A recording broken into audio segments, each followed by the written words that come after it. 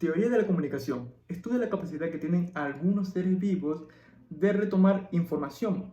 De esas informaciones y acontecimientos vamos a ver la evolución de las teorías de comunicación en la siguiente línea de tiempo. Comenzando así por el modelo Aristóteles.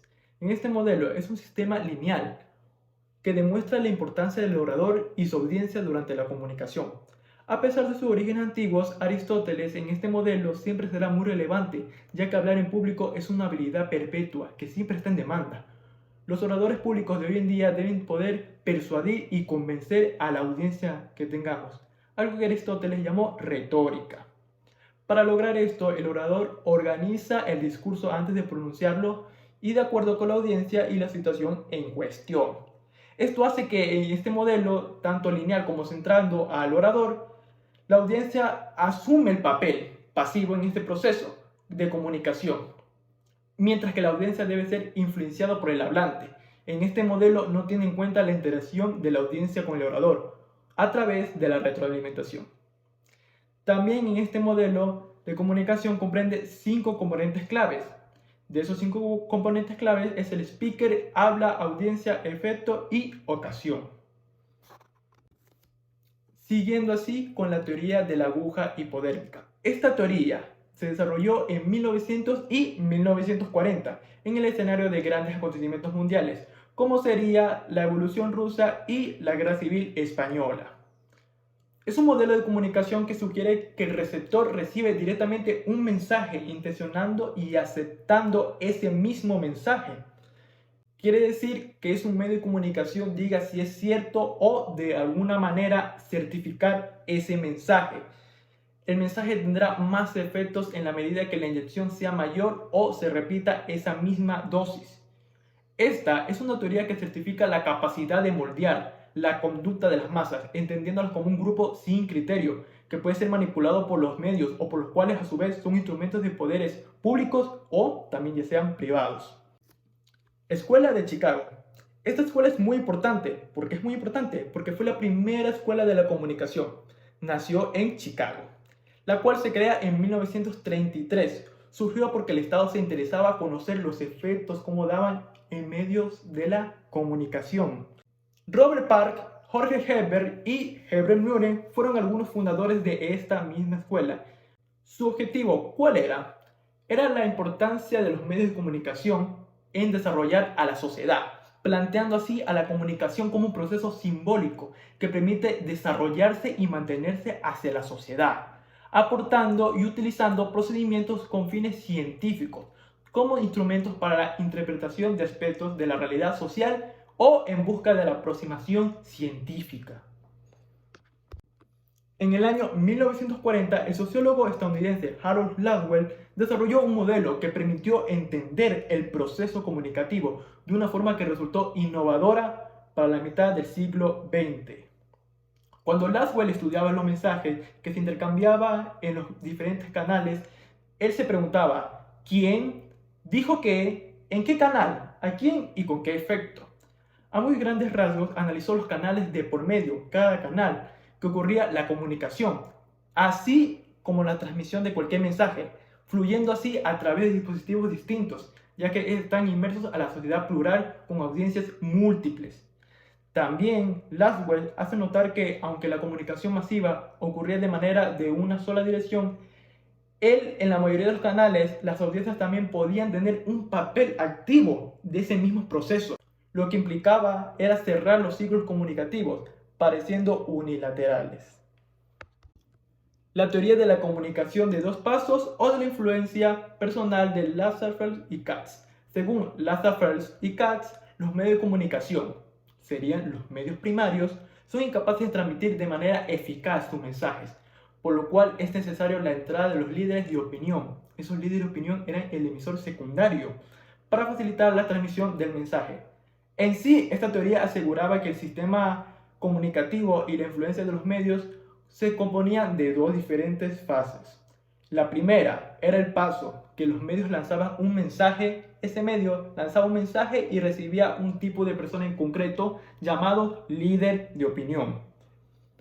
Esta figura filtraba y analizaba esta información para después, en el segundo paso, comunicarles a los demás mediante sus relaciones interpersonales. Esta teoría se da en plena Segunda Guerra Mundial, en el gobierno de Estados Unidos. Decidió financiar una serie de novedosas investigaciones sobre la comunicación. Uno de sus objetivos era conocer la influencia real de los medios norteamericanos sobre la elección de votos ciudadanos del país. Dentro de este grupo de investigación se encontraron a los dos sociólogos, como es Paul Lazarsfeld y junto a Elias Katz, y esto surgió a la teoría de los dos pasos. Teoría crítica. Esta teoría representa uno de los capítulos más importantes para la teoría socióloga en el siglo XX. En esta teoría representa la ciencia como un momento histórico que depende de las relaciones de trabajo. En sí, las actividades del hombre en la historia, el hombre se enfrentaba a la naturaleza y también subestimaba a los avatares de esa existencia. Esta teoría describía los conflictos como parte de integridad, de esas mismas contradicciones y desigualdades, como ya sea la desigualdad de la sociedad o también hablaba temas como capitalistas. Por otro lado, también nace la Escuela Frankfurt, que se conoce a un gran grupo de filósofos y de pensadores, como están Theodor Adorno, Herbert Marcuse, Chris Fromm, Kurt Habermas, Walter Benjamin y por último Max Hockenberg. De este último quiero hablar. ¿Por qué? Porque él fue el representante más notorio de esa escuela. Él tenía un diferente pensamiento, que los efectos del mensaje eran diferentes a la efectividad. Él decía que podía tener sobre el público. O sea, él pensaba que un medio podía emitir determinada información, con esa idea lograr efectos. Ese efecto podía no ser eficaz, pero lo estaba pensando y cuando lo estaba pensando lo deseaba cuando se quería él enviar. Teoría estructural funcionalista. Esta teoría desarrollada ya por el mencionado Harold Laswell en 1948 y completada por los sociólogos Paul Lazarsfeld, también ya mencionado, y Robert Merton. El objetivo de este sistema era funcionar correctamente y crecer y desarrollarse. Cualquier agente interno o externo que se haya puesto en contra de esta teoría se trataba con un virus y tenía que ser eliminado. Esto es un dato muy sorprendente, la verdad. En lo que se refiere a la función social, esta consistía en supervisar y vigilar el entorno. Este entorno ya sea el gobierno o ya sea el Estado. En transmitir la herencia social. Esta función debe ser cumplida mediante la educación, así como la organización. Esta teoría enunció la posibilidad inseparable a los medios de crear rituales a medida que la información se fuera introduciendo al público, así como la capacidad de esto generar temas de conversación sobre diferentes áreas y definir la identidad de un consumo a un público en general. Escuela Palo Alto o Escuela Fantasma, también conocida. Los investigadores de esta escuela plantean la necesidad de elaborar un modelo de comunicación, un modelo propio para las ciencias humanas, funcionando así como el modelo en línea de teorías matemáticas. Entre los miembros de esta corriente se destacaban grandes investigadores como Gregory Bateson, Paul Watzlawick, Erving Goffman y otros más. El modelo de Palo Alto se considera la comunicación como un proceso social, un proceso en común y una participación. Existen una serie de cuestiones que siempre están presentes en los actos comunicativos. Estos actos llamados axiomas. Y existen varios tipos de axiomas. Para ser en específico, existen 5. En estos 5 habla sobre la posibilidad de no comunicar, niveles de contenido y relaciones de la comunicación, la puntuación de la secuencia de hechos, la comunicación digital y analógica y por último, la interacción simétrica y complementaria. Estudios culturales. Los estudios culturales se ocupan del papel de las prácticas culturales en una construcción del contexto de la vida humana, como la configuración de poder. Estas relaciones de poder son estructuradas a las prácticas discursivas que constituyen un mundo vivido como humanidad. En sí son corrientes investigativas, surgiendo hacia los años 50 en Inglaterra, donde resaltan la subjetividad y la política. Son una forma crítica de analizar la realidad. En 1964, los principales referentes de esta promoción teórica fundado en la ciudad de Birmingham, en Inglaterra, el Centro de Estudios Culturales Contemporáneos. Autores destacados como Raymond Williams o Stuart Hall orientaron sus investigaciones al análisis de la situación material de esta vida cotidiana, como los sectores populares en las sociedades más avanzadas a la industrialización. Escuela latinoamericana. En Latinoamérica viene con el desarrollo del periodismo y posteriormente influyendo así las teorías de la comunicación social, aportando así a la Iglesia Católica en la década de los 70.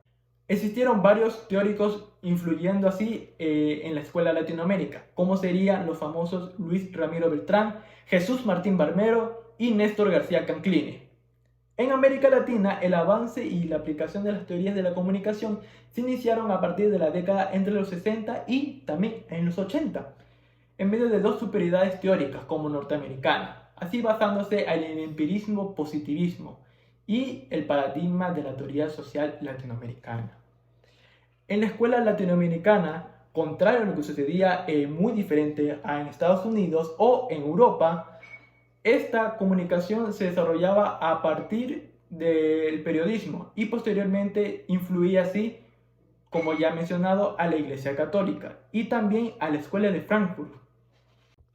Agenda setting. Esta teoría se desprendía también de la teoría de los efectos, que ésta sostenía que los medios informativos tienen una fuerte influencia a la hora de establecer los temas de la ciudadanía, considerando así importantes en lo que se conoce como agenda setting o establecimiento de agenda. Es decir, en esta teoría el público recibía un mensaje y lo asumía, pero sin ningún análisis y tampoco sin ningún cuestionamiento. Esta teoría de la agenda setting planteaba que los medios de comunicación escogieran los temas que ellos se querían tratar de hablar o lo que ellos querían discutir, su importancia, lo que ellos querían saber. Un ejemplo sería los noticieros o algún caso de terrorismo o algún caso de una noticia en popular de ese mismo momento. Y para finalizar, tenemos la teoría de comunicación framing. Esta teoría sugiere que cuando se acerca a otras referencias, los framing ayudan a delimitar ese debate sobre los acontecimientos. Los medios así no generan un discurso de la nada, sino que aplica un proceso. Ese proceso interpreta, que determina la comprensión del mundo que vivimos. En el concepto de framing viene de las ciencias sociales, que la frame es una estructura cargada de sentidos que utilizamos para interpretar lo que percibimos desde el marco de referencias, que tenemos como sujetos sociales o como sujetos políticos. Un dato sería el científico social Erwin Frommman, que él en sí definió el frame o encuadre de los esquemas, interpretando así los individuos percibir, etiquetar, ordenar o seleccionar los sucesos o situaciones de ese mismo entorno. También esta teoría sostiene que el apoyo hacia una propuesta política sea o no determinante o sea o no se aumenta esa misma determinación, logrando así una discusión pública sobre un tema en cuestión. Un ejemplo sería Jorge Lakoff. Él aplicó ese lenguaje empleado durante las elecciones presidentes de los Estados Unidos en el año 2004. Aplicó esa teoría en su libro. En su libro se llama Don't Think of an Elephant, enfocándose así en el caso de las elecciones estadounidenses del año 2004, donde se enfrentaron John Kerry y George Bush.